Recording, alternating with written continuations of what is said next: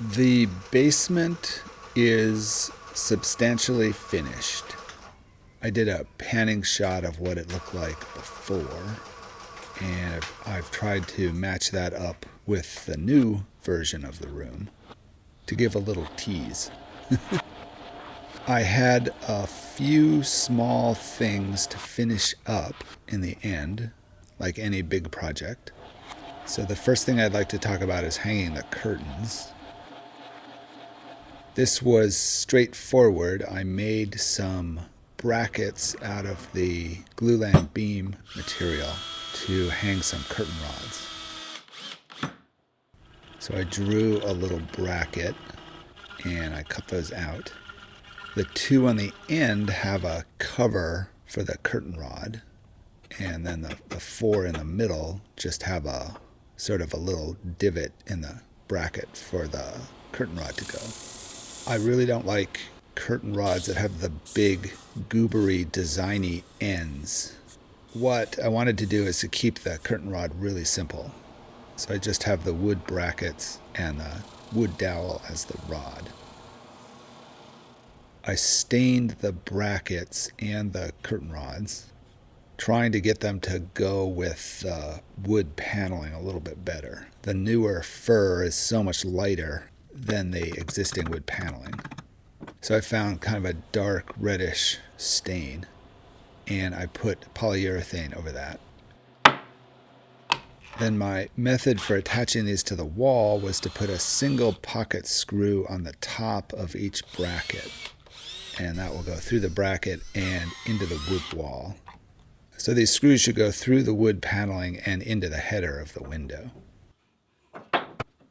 Then it was just a matter of putting the curtains on the rods.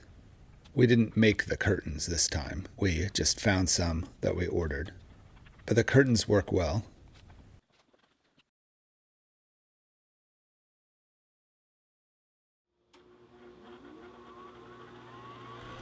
Another project that I did was to hang the TV. What this entailed was mounting a bracket to the outside of the shelves that run behind the TV. So I made some blocking to add to those shelves to allow me to put the bolts for the TV mounting bracket into something solid. So I made a block of fir and cut those to the right length. This really could just be 2x4 material, as it'll be behind the TV, so you'll never see it. I can attach the blocking to the shelves. So what I needed was a smaller space between the shelves so that the bolts from the bracket would have something to go into. So I bolted through from the back of the wall and up and down from the shelves into the new pieces of blocking. And I got Calvin to help hold the bracket while I marked where the bolts would go. We got everything nice and level. And we attached the bracket to the blocking with 4 bolts. Then it was time to get the TV out. We had actually bought the TV a few weeks earlier, and it had been sitting in the storage room. So it was quite exciting. Now, we did kind of splurge on a TV. I didn't think I should do all this work on this room and then go cheap on the TV. And I think the last TV we bought was 15 years ago, so it's time for a new TV. So the first thing to do was to put the part of the brackets that goes on the back of the TV, and there's 2 big clips that attach to the back of the TV, and those hang off the bracket that we attach to the wall. It looks complicated when you're looking at it, but it's actually really simple. Something I realized at this point was that I hadn't really looked at the back of the TV before we hung the bracket on the wall. And I just assumed that the bracket would be centered on the back of the TV. And it's centered from side to side, but it isn't centered vertically. So we really decided that the TV should move up a couple of inches. So I took apart all of my blocking that I had made And in looking at the way the bracket attaches to the wall, I only need a spot for 4 bolts. So really only 2 columns of bolts, each with 2 bolts. So what I did was to cut one of my pieces of blocking in half and put them onto the shelves vertically. And this actually was a lot simpler and made a lot more sense. I really should have done it this way from the beginning. I can have my 4 bolt holes, 2 being on the shelf and 2 being on the blocking. And this raises up the bracket 2 to 3 inches. So the TV still isn't centered in the shelves, but I think that's okay. We don't want it too high, but it's up at a height that looks more like it's meant to be at that height. And those clips just sit on the bracket, and there's a little locking mechanism that holds it in place. So it always feels a little strange that it just sits there, but that's how it works. When I was coming up with this shelf design, I wasn't sure how that was going to look with the TV. But now that it's all put together, I really like how the shelves go behind the TV.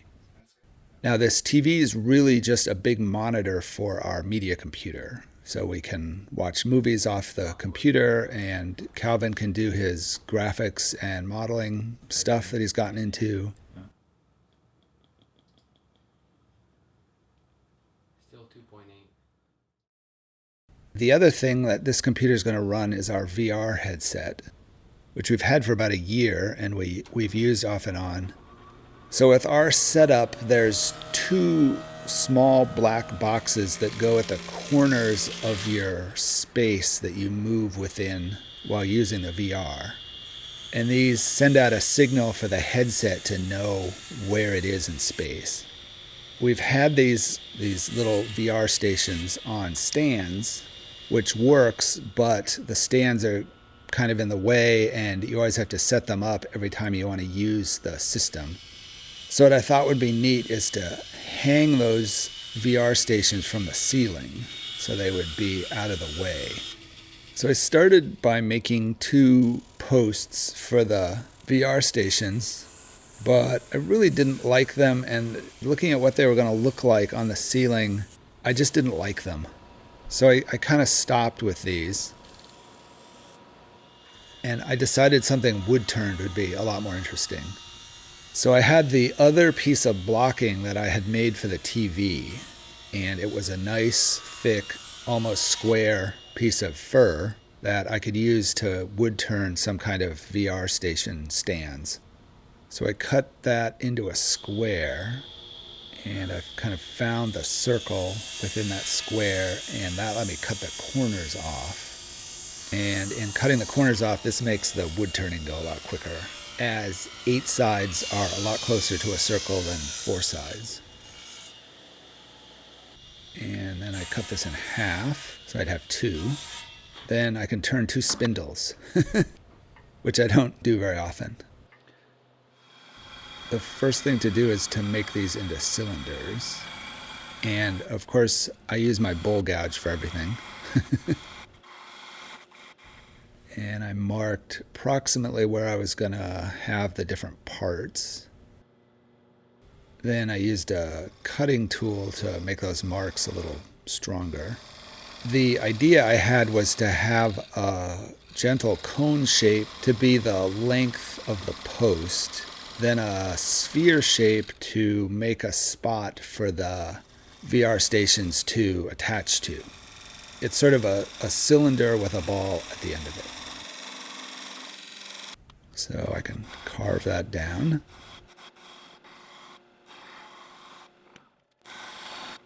And the sun came out, which was kind of nice. And I can use the scraper on the surface to get everything a little smoother. Then I can sand. I didn't sand this to as quite a high a grit as I usually do.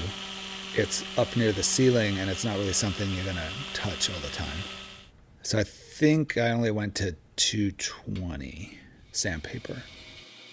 Once that's made, I can cut one of the ends off, and I got out my steady rest that I usually use for making mallets, And I can use this to work on the end of the ball piece. So this will be the end that you see from below. So I wanted it to be nice. So the steady lets me work on the end of spindles like this. I can take off the little stump left from the bandsaw. Then I can sand and get a very nice end to this. And really this goes fast. What takes time is putting the piece on and off the lathe and getting the steady rest set up. With this, you can't just pull it out. You have to move one of the wheels out of the way to get it out of the steady. Then I can cut the other end off. And I can sand that end to get it flat. My idea to attach this to the ceiling was to put a double-ended screw into the base of the post. So I drilled a hole for that, and I tried to tighten it up a little bit in the vise. This is the VR station on a stand. So I can drill a hole in the wood ceiling and thread the post into place. So I put it up initially so I could see about where it would get tight on the ceiling. And I could mark the direction towards the center of the space, which would be where I would attach the station. Then I made a flat spot on the ball part of the post, and the form was done at this point. So I could put finish on them. This is just more polyurethane. I got some brackets that are probably for camera work, as they have the 1/4-20 threaded post for cameras. But that's also what these stations use. I attached those to the wood post, and that allowed me to attach the stations to the wood post. And they seem to work.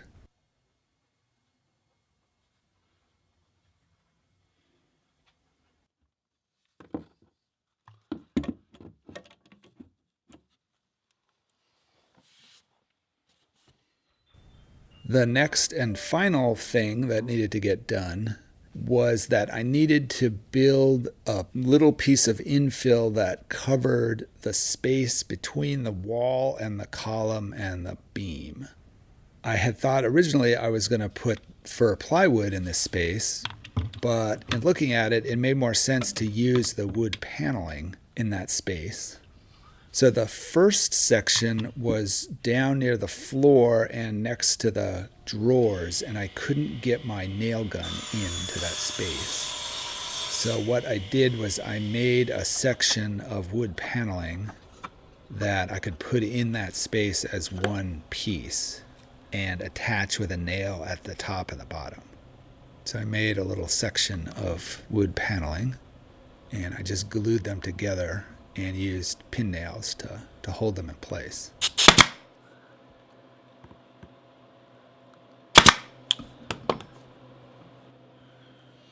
And once they were together, I could trim them flush. And you can see how that now can go in as one piece. And I can put a nail at the top and the bottom. Looking at this now, I probably could have done the entire vertical section this way, but I just did the bottom that way, and then I did each piece separately going up the wall. Then I could work on the section at the ceiling, and it was the same thing where I did each piece separately and attached them. The one little difference was I had a wire that I needed to make some space for. After I cut each of the pieces of wood paneling, I cut a small ravet in the side of each of the pieces of wood paneling. And this would make space for that wire. And you can see kind of what that looks like. At the door, I left the ceiling open from the back side of the wall, so the pieces of paneling got a little bigger. And I had to cut around where the wall ended. But once I had that worked out, it went pretty fast. Then there's a little section around by the brick. So that's what that looks like at the door.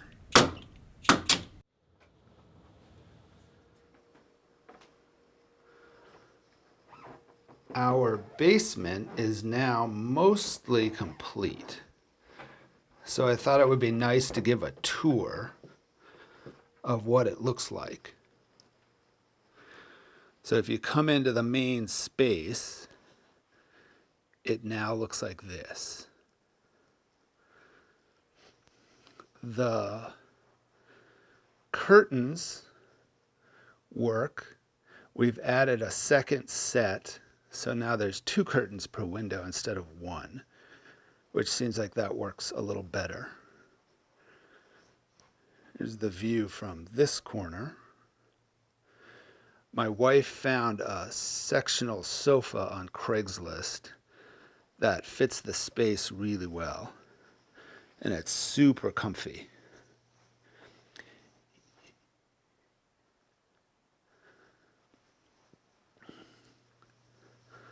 The door still works, and I've done some work in the storage room. I finished out the shelves, and I modified the shelf that the computer's on for a second time, so the door will now open fully, and it even clears the shelf on the other side.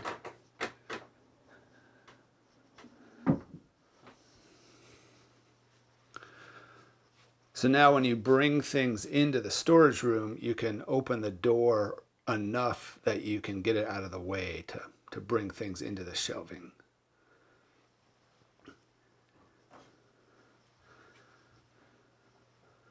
The thing that I like the most about this space is that we've made something very modern, yet very warm, soft, and inviting, which are two things that don't normally go together.